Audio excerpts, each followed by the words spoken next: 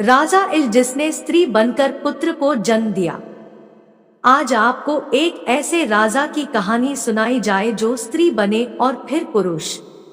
ये कहानी आज के दौर की नहीं है, बल्कि बेहद पुरानी है, जिसका जिक्र पुराणों में मिलता है।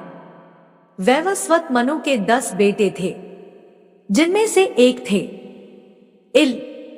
इल जब राजा बने तो देव, दानव, नाग, राक्षस सभी उनकी स्तुति किया करते थे। एक रोज राजा इल शिकार करने वन चले गए। वाल्मीकि रामायण के उत्तरकांड में राजा इल की चौंकाने वाली कथा मिलती है। राजा अपनी सेना के साथ थे। जब वो अंबिका वन पहुंचे तो पुरुष से स्त्री बन गए।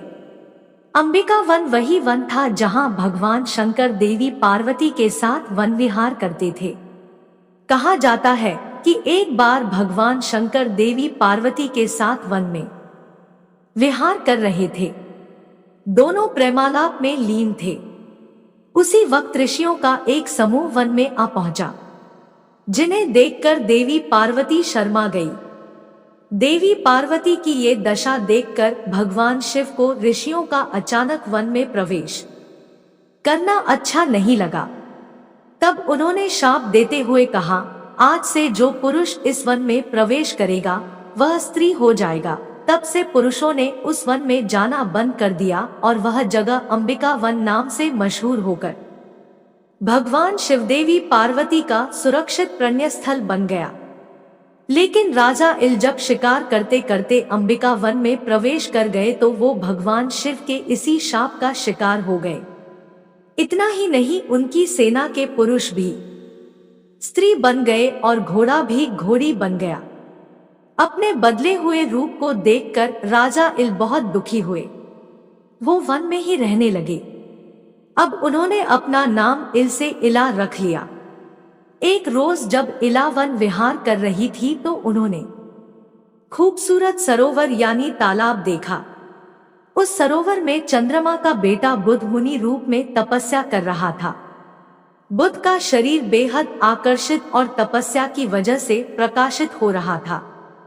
इला बुध पर सम्मोहित होती चली गई और उनके करीब पहुंच गई। ये सरोवर अंबिका वन की सीमा से बाहर था, इसलिए बुध का पुरुषत्व अभिशाप से बचा हुआ था। जब इला पानी में उतर गई तो बुध का ध्यान भंग हो गया। उन्होंने अपने सामने बेहद खूबसूरत स्त्री इला को देखा। बुध भी इला पर दिल हार गए।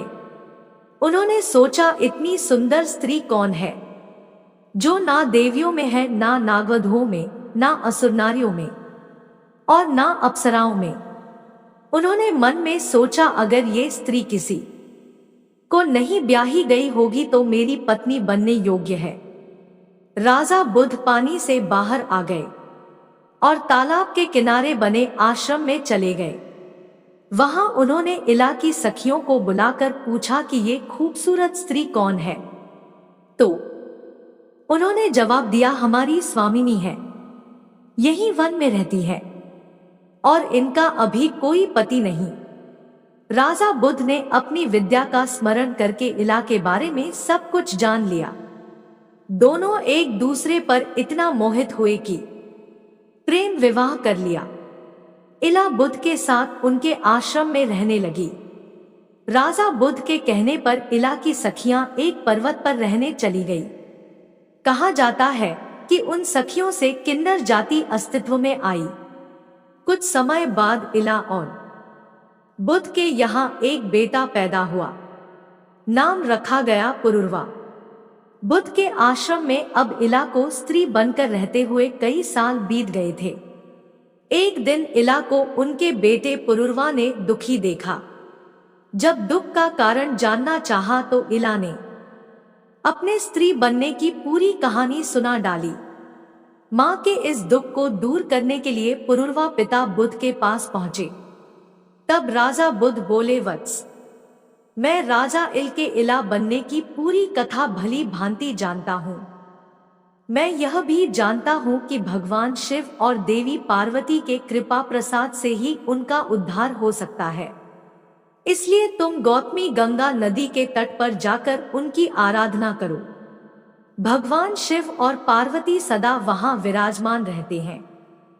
वे अवश्य तुम्हारी इच्छा पूर्ण करेंगे। पिता की बात सुनकर पुरुरवा खुश हो गए और अपनी मां को अभिशाप से मुक्त कराने के लिए गौतमी के तट पर स्नान करके भगवान शिव की स्तुति करने लगे। उनकी स्तुति से भगवान शिव प्रसन्न हुए और देवी पार्वती के साथ प्रकट हुए और पुरुरवा से वर मांगने को कहा। पुरुरवा ने कहा, आपकी लीला न्यारी है, मेरी मां इला को दोबारा इल बना दे।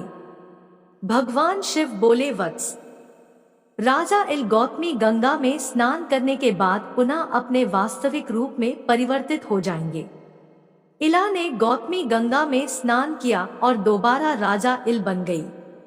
इस तरह पुरुष का पुरुष के साथ संबंध बनाने की कई कथाएं हैं।